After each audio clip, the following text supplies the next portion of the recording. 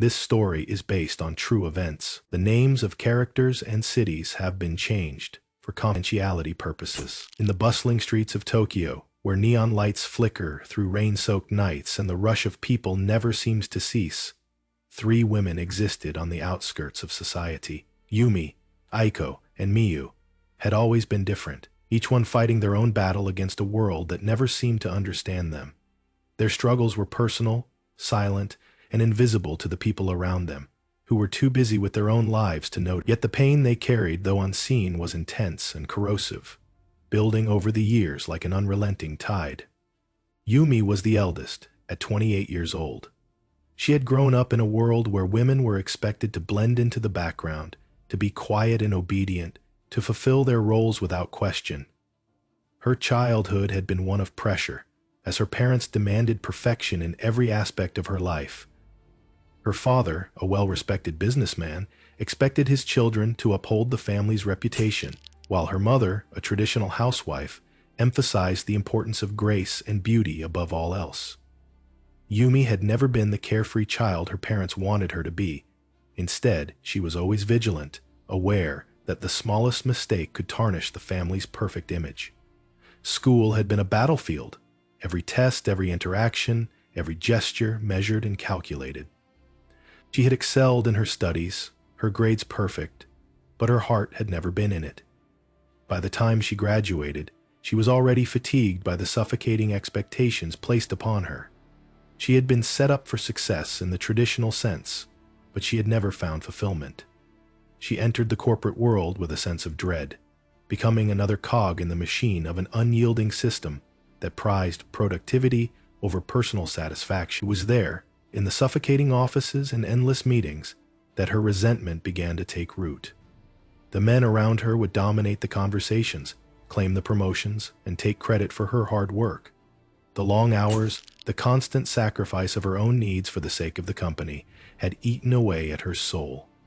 She had become a polished machine, efficient, obedient, but ultimately invisible. It was a slow burn, a gradual erosion of her sense of self, until she began to feel like nothing more than an extension of the office, just another person to be used and discarded. It was in the quiet moments, when the office lights dimmed and she was alone in her apartment, that Yumi realized she had never lived for herself. The idea that she had spent her entire life chasing after a version of herself that didn't exist, trying to meet the expectations of everyone but herself, made her feel small and irrelevant. She wanted to break free, but the chains of her own life had tightened too much to simply pull away. Aiko, 25, had always been the center of attention, but not in the way she had wanted. Raised in a family obsessed with beauty, she had been thrust into the world of pageants and public appearances from a young age. Her mother had groomed her to be a perfect image, thin, flawless skin, long hair, and a smile that could captivate any crowd. Aiko had won competitions, gained recognition, and always been praised for her looks, but the praise felt empty, a hollow echo that reverberated in the space where real accomplishment should have been. She had spent years perfecting the art of being seen without truly being known. The world admired her face, but never took the time to understand the person behind it. As a teenager, she had rebelled against her mother's demands for perfection, but rebellion had only intensified the pressure. Her mother would scold her for the slightest imperfection, calling her out in front of others, humiliating her. No matter how hard she tried, she could never meet the impossible standards set for her.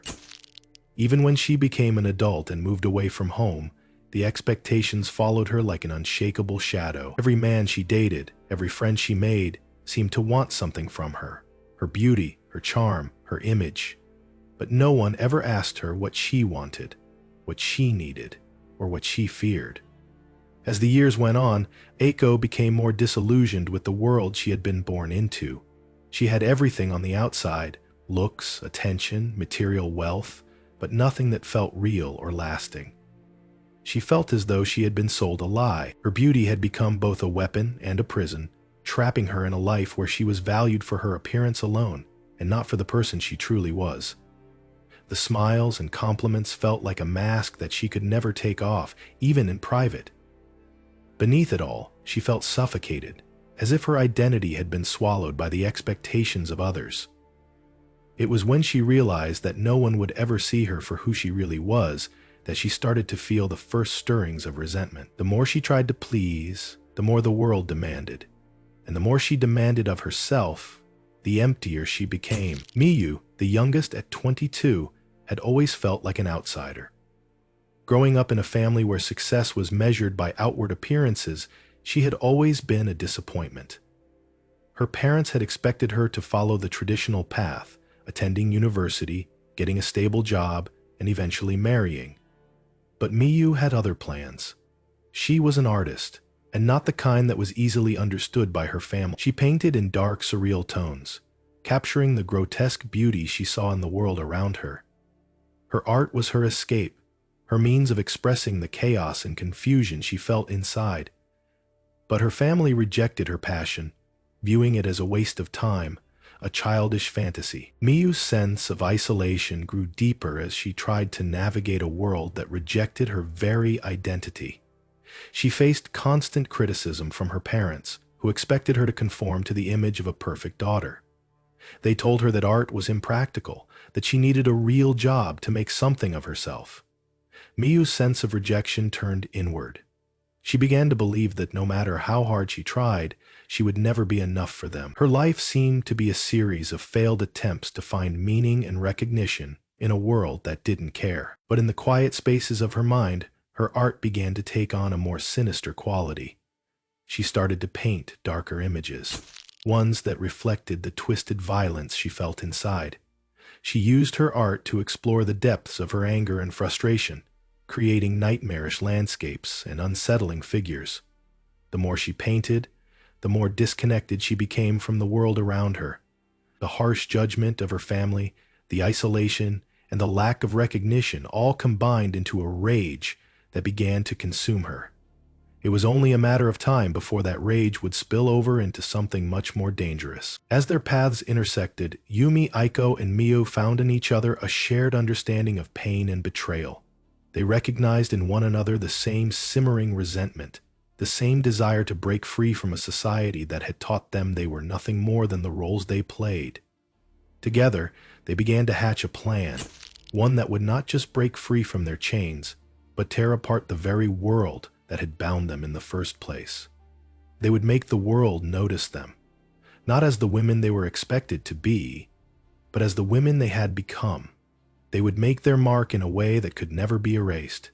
This would not be an act of vengeance alone, it would be a declaration of their power. The plan had started as an abstract idea, a fantasy to escape the suffocating world around them. But as the days passed, the vision became clearer, more tangible. It no longer felt like a dream, but a necessity, something that had to be done, something that would force the world to pay attention, to acknowledge their existence in a way they never had before.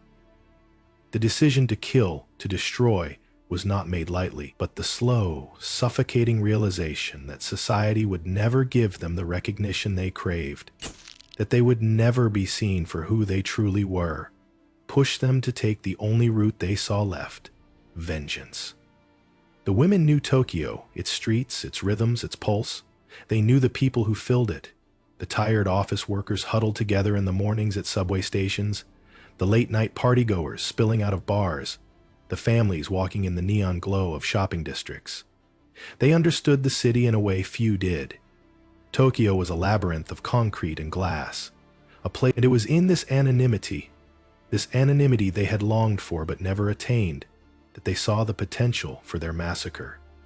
They would erase the lines between victim and aggressor, blur the distinctions between the powerful and the powerless.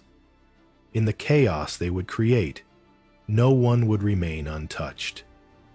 Yumi, with her calculated mind, was the architect of their plan. Her corporate job had made her an expert at managing logistics, organizing chaos into something that appeared to function smoothly. She had always been the one to think several steps ahead, anticipating problems before they occurred. It was her precision that shaped the plan, her meticulousness that turned an abstract desire for revenge into something organized and ruthless. She began by studying the city, looking for areas where crowds gathered, places where their actions could cause maximum disruption. Shibuya, Shinjuku, Akihabara districts known for their vibrant energy and overwhelming crowds, where chaos could thrive unnoticed. She studied the geography of Tokyo, the layouts of shopping centers, the timing of train arrivals, the pattern of pedestrian traffic. Every detail had to be accounted for. There could be no mistake. Yumi spent countless nights in front of her computer, gathering maps, timetables, and other data, sketching out the perfect locations. She meticulously identified places where they could strike without drawing immediate attention. The nightclubs and bars would be a prime target, places teeming with people who would be easy to overwhelm in the disorienting haze of an explosion. She mapped escape routes, double-checked the logistics of their weapons, and ensured they would have a clear getaway. Her cold, methodical nature turned the plan into something surgical, precise. The more she worked on it, the more she felt like a conductor orchestrating a symphony of destruction, each note carefully chosen to evoke terror. Aiko, the woman with the beauty and charm that had always served her well, brought a different set of skills to the table.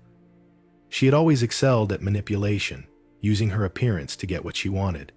But now, this ability to draw attention, to lure people in, would serve a far darker purpose. Her role was to create diversions, to become a distraction that would confuse the authorities and scatter the crowd. She would infiltrate areas of high traffic, using her seductive charm to gather groups of people in one place, leading them into the chaos that was about to unfold. Aiko had always known how to control a room with her presence. Now, she would use that same skill to control the narrative of their massacre, steering people into the perfect positions for the killing to begin. She knew how to make people believe they were safe, how to make them lower their guard, only to strike when they least expected it. Her ability to read the crowd, to sense when people felt comfortable, was invaluable. It would allow them to act with maximum efficiency, making sure they left no chance for escape. Miyu, the artist, brought an entirely different kind of expertise to the table. Her life had always been shaped by rejection, by her family's disapproval of her unconventional choices. But it was in that rejection that Miyu found her power. She had learned to create, to take what others discarded and turn it into something beautiful, something unsettling. Her weapons, like her art, were unconventional, crafted with a precision that made them uniquely hers. She had always been fascinated by the idea of transformation, of taking the ordinary and turning it into something extraordinary, something that would last. And so, her weapons were a blend of creativity and violence, tools that would leave a mark not just on the victims, but on the world. Miyu had spent weeks gathering materials, paint, explosives, blades, constructing weapons that were as much a part of her as her paintings. Each weapon had a specific function, a specific purpose. She had even created a special paint, a mixture that would stain the bodies of the dead with her own personal touch. The paint was symbolic, a way to leave her mark on the massacre, a way to make sure that the world would remember the carnage as her creation, as her masterpiece. When it was done, it would be like her art, a symbol of destruction, a testament to the chaos she had unleashed. Their plan was simple in theory, but complex in execution. Each woman had a specific role, and together they would form a unit, working in harmony to execute their vision of destruction. The first part of the plan involved luring the crowds into the districts they had targeted. Aiko would be at the forefront, drawing attention and ensuring that people gathered in large groups in the areas they had selected. Once the crowd was thick enough, the explosions would begin. Miyu's weapons would be the first to strike, planted in areas that were carefully chosen to create maximum destruction. They would explode with enough force to disorient and terrorize the crowd, creating a panic that would be difficult to control. As the explosion rocked the city, Aiko would move in to execute her part, leading more people into the chaos, keeping them from fleeing and ensuring they remained trapped in the confusion. While the chaos swirled around them, Yumi would oversee the operation from a distance, coordinating their movements, tracking their progress, and ensuring they stayed ahead of the authorities. The women had calculated every possibility, what might go wrong, what could go right, what could be altered in the moment. Every factor was weighed against the others, every outcome considered. There would be no room for error. They had prepared for everything, and nothing was left to chance. They even rehearsed, walking through the streets at night, planning out their escape routes, making sure they could disappear before the authorities arrived. The city would never know what hit it. The women, with their roles and their motives perfectly aligned, would make sure that the massacre was not just an act of violence, but an event, an undeniable mark left on the city that could not be ignored. In the quiet moments before they would put their plan into motion, the women felt an adrenaline rush, a sense of finality. The long hours spent planning, the deep resentment that had fueled their decision, now transformed into a cold resolve. They had prepared for this moment, and the moment was almost upon them. The night would come soon, and when it did, Tokyo would be theirs to control. It was the culmination of years, frustration, anger, and desperation, a moment that would finally allow them to take what they believed they deserved. The world would finally have no choice but to recognize them, for in the aftermath of their actions, nothing would ever be the same. The night had arrived. Tokyo, always alive, had become something else.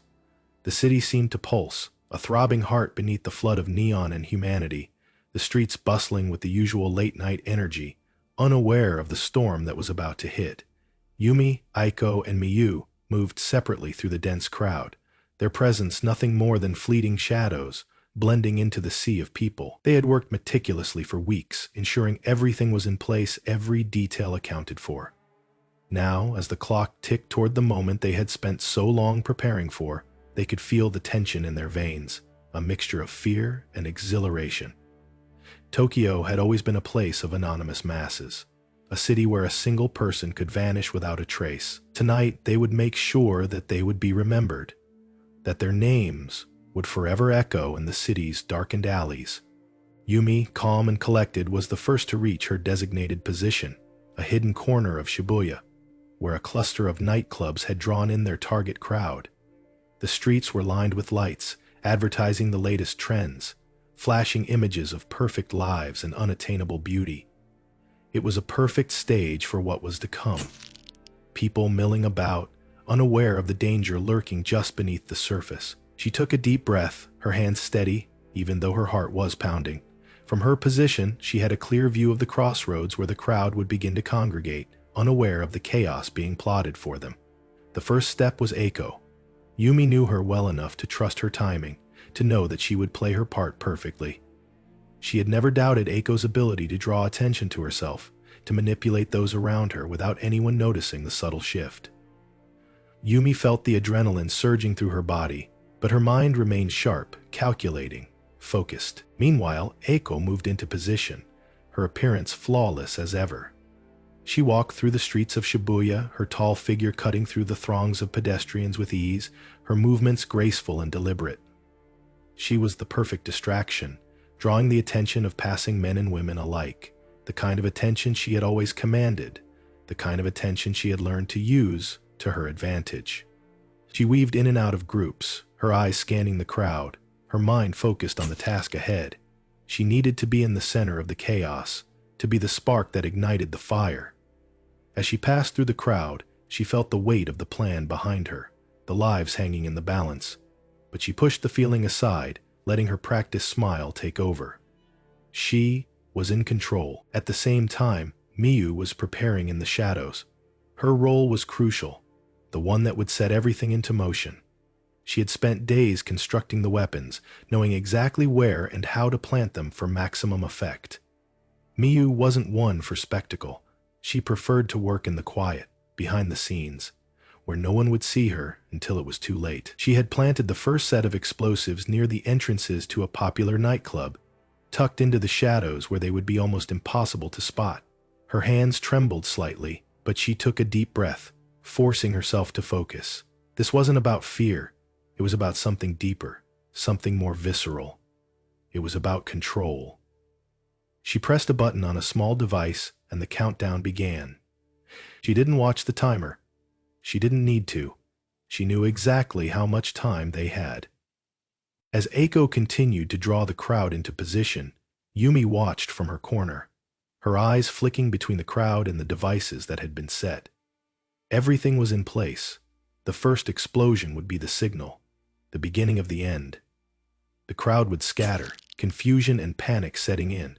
People would scream, looking for exits that weren't there. But that would be the perfect time to strike. The women had orchestrated it all. Every movement, every turn, every action leading to this moment. And now, as the seconds ticked by, Yumi felt the weight of everything they had done. This wasn't just about revenge. It was about being seen. It was about proving that they could take control, that they could make the world feel their power. The first explosion ripped through the air. It was as though the very ground shook beneath their feet, a deafening roar that split the night in two. The sound of glass shattering, of metal screeching, of bodies hitting the ground was overwhelming. The force sent waves through the crowd, scattering people in every direction.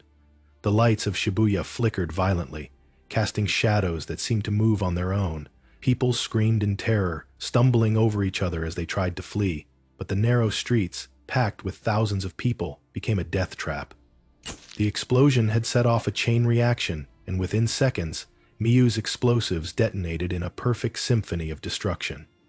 Chaos engulfed the district. Yumi stood frozen, watching the scene unfold with a detached, almost clinical gaze. Her heart raced, but her mind remained eerily calm. She knew this was what had to happen. She knew this was the moment they had been building towards. Aiko was already in motion, her figure slipping through the chaos like a predator hunting in a storm. She drew people in, her graceful movements luring them into tighter spaces, ensuring they remained trapped as the explosions continued to go off in a controlled sequence. She whispered soothing words, her voice soft and melodic, making the people feel as though there was still safety, still hope. It was only when they were fully ensnared that the real carnage would begin. Miyu, too, was moving with purpose. The first set of explosions had opened the floodgates, but it was her turn now to bring the chaos to its zenith. She had planted traps, small, deadly devices that would catch the victims at their most vulnerable. She moved swiftly, planting the final set of explosives in key areas, places where people had fled to, thinking they had found safety. Her hands were steady now, her focus absolute. The moment the second wave hit, the crowd would be unable to escape. The carnage would be unstoppable. It was as though the city itself had been swallowed by the chaos. Tokyo, the sprawling metropolis that had always been so vibrant, so alive, now felt like a monstrous entity, a labyrinth where no one could find their way out. The survivors scrambled through the wreckage, their screams ringing in the air, but it was too late. The streets were awash in a haze of smoke, the lights flickering and fading as the explosion echoed down every alley and into every corner of the city. There were bodies everywhere, some still twitching, others lying lifeless in pools of blood. The victims, who had only moments ago been living their ordinary lives, were now nothing more than casualties of a brutal plan that had unfolded with chilling precision. Yumi watched it all unfold before her, a dark satisfaction settling deep in her chest. This was their moment. The people had seen them now. They had made the world notice. No one would forget what had happened tonight. The women were no longer invisible. They had torn down the walls that had kept them hidden for so long, and now they stood in the middle of the wreckage, not as victims, but as the ones who had caused it. The blood was on their hands, and it felt like power. Aiko, her role completed, disappeared into the darkness. Miyu followed soon after, her figure merging with the chaos. Yumi remained, watching the last of the emergency lights flash on in the distance, the sound of sirens growing louder as the authorities arrived. But it was too late. The world had already changed. The night belonged to them now. They had made their mark, and nothing, no one, could undo what they had done. The aftermath of the massacre was an inferno of chaos. The city of Tokyo left to piece together its shattered existence, a once vibrant metropolis now reduced to a landscape of blood, broken glass, and the sharp scent of gunpowder. In the immediate aftermath, the streets of Shibuya, Shinjuku, and Akihabara were thick with confusion. The air was stifling with panic. The the streets clogged with ambulances, fire trucks, and the rush of emergency responders. News teams swarmed the scene, their cameras recording the devastation, the grim tally of the dead only beginning to surface. It was clear that something of unspeakable magnitude had taken place, but the scale of the carnage left the authorities reeling. 65 bodies had been found scattered across the 3 districts, each victim's life extinguished in a flash of violence.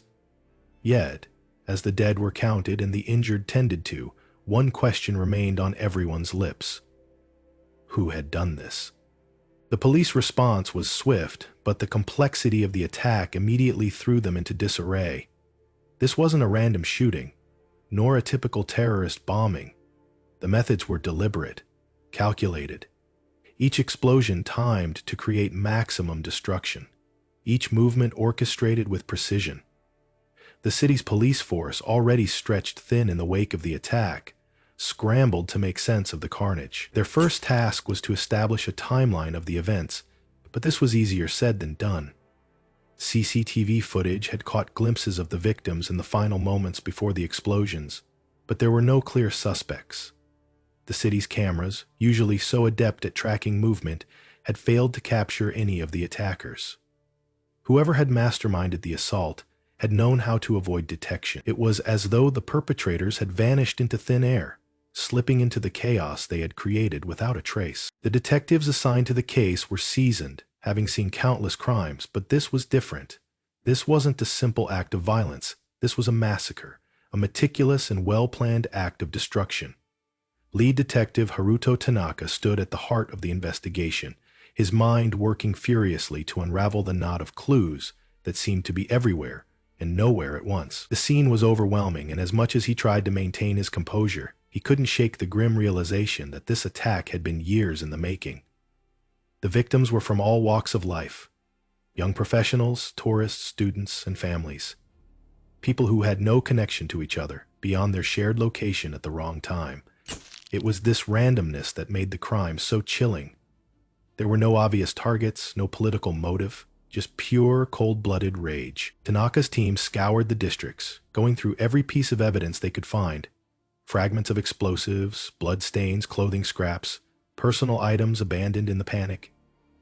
But there was nothing substantial that tied the crime together. The explosives had been homemade, sophisticated in design but untraceable, and no fingerprints were found on the scene. The women, whoever they were, had done their homework well. The police discovered no direct links to known criminal organizations or groups with a history of violent acts.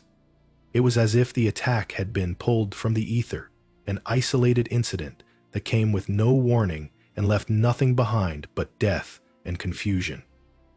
One of the first breakthroughs came when the police began questioning witnesses, though these interviews brought more questions than answers.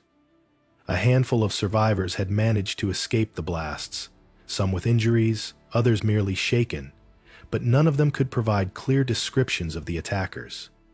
A few claimed to have seen women in the crowd just before the explosions occurred, but the details were inconsistent. Some remembered the women as being calm, others said they appeared frantic, blending in with the chaos. The descriptions, however, always seemed to circle back to one thing. There had been 3 women, and they had been moving together. This was the only lead the detectives had. Tanaka's team began to comb through footage of the crowds prior to the explosions. The CCTV from nearby shops, clubs, and street corners painted a blurry picture. It was evident that the women had deliberately positioned themselves in areas where they could not easily be tracked, where they could blend into the sea of people. Yet, as the footage was reviewed again and again, certain patterns began to emerge. The 3 women appeared at key locations moments before the blasts, walking with a strange sense of purpose, as if they were taking in every detail around them. It was as though they were preparing for something, their movements deliberate but unremarkable to the average observer. It was this calmness in the midst of growing panic that unsettled Tanaka. The next break in the case came when the forensic team found something unusual at the scene: paint splatters on the victims. It was faint, almost imperceptible at first, but the investigators quickly realized that the paint wasn't from the explosions. The splatters were too precise, too contained. The paint was deliberately applied, and it was unlike anything they had seen before. A quick analysis showed that the substance was a unique mixture, a rare kind of pigment used in specialized art supplies. This was something personal. Tanaka felt a cold shiver run down his spine as he understood the implication. The perpetrators were not just murderers, they were artists. The splatters, carefully applied to the bodies, had been left as a signature. But what did it mean? What was the message? The forensic team went deeper into the analysis, eventually finding traces of the same paint on objects found at the crime scenes, on abandoned bags, discarded clothing, and even some of the weapons used in the attack.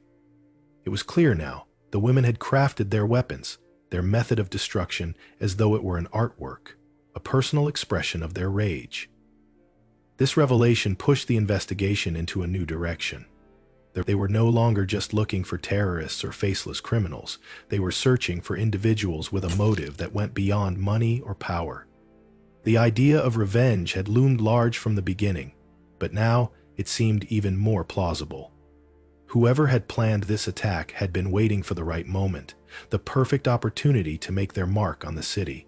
The police increased their efforts to trace the women's movements, working with cybercrime units to analyze digital footprints, looking for any clues in the online world that could lead them to the perpetrators. The investigation turned up some leads, but they were frustratingly vague. Aiko, Yumi, and Miyu had been careful. They had covered their tracks, ensuring there were no obvious connections to their identities. No one knew where they came from, and there were no significant digital traces. Their phones, laptops, and any other devices they had used during the planning process had been wiped clean, making it nearly impossible to track them.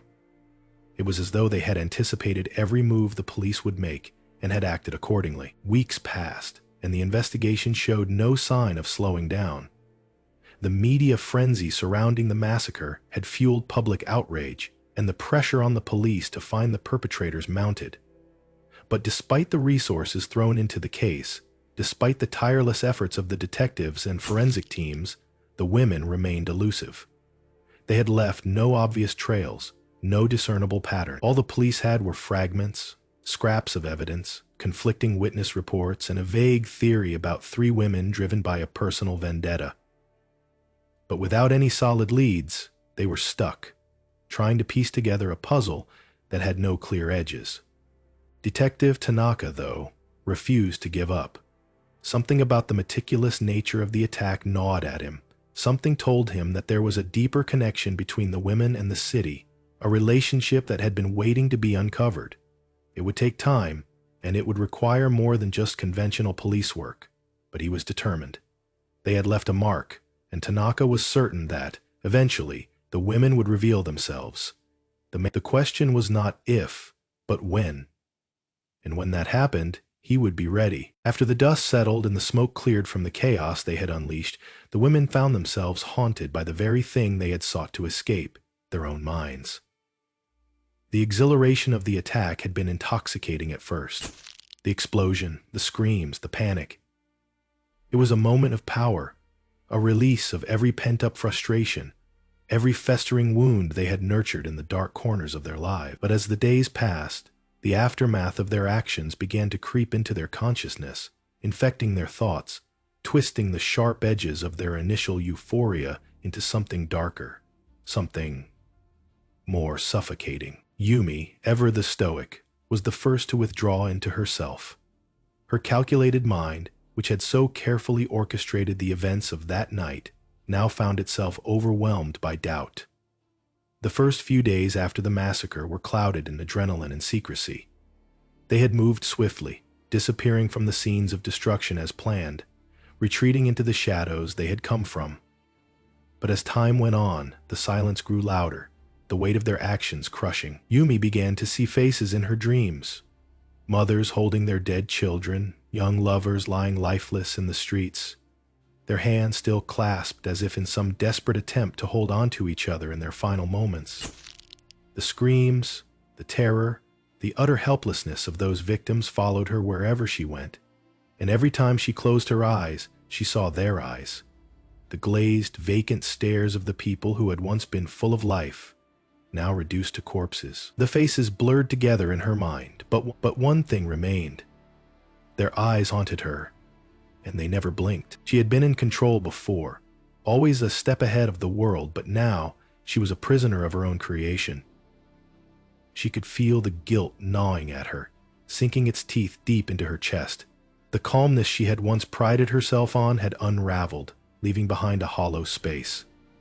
She began to question the reason behind it all. Was it really justice? Or had they just been playing out a twisted, unholy game? One where the rules didn't make sense and the stakes were too high to ever win. She had made the decision to act, to take matters into her own hands, but now she wasn't sure if she could live with what she had done. The distance between herself and the world she had known before seemed insurmountable.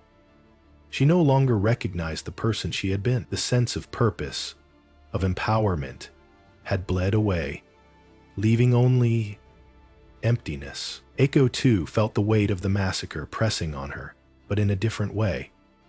Her connection to the violence had always been through others. The way she could manipulate them, control them with her words, her body, her charm. But now, that same ability that had served her so well felt like a curse.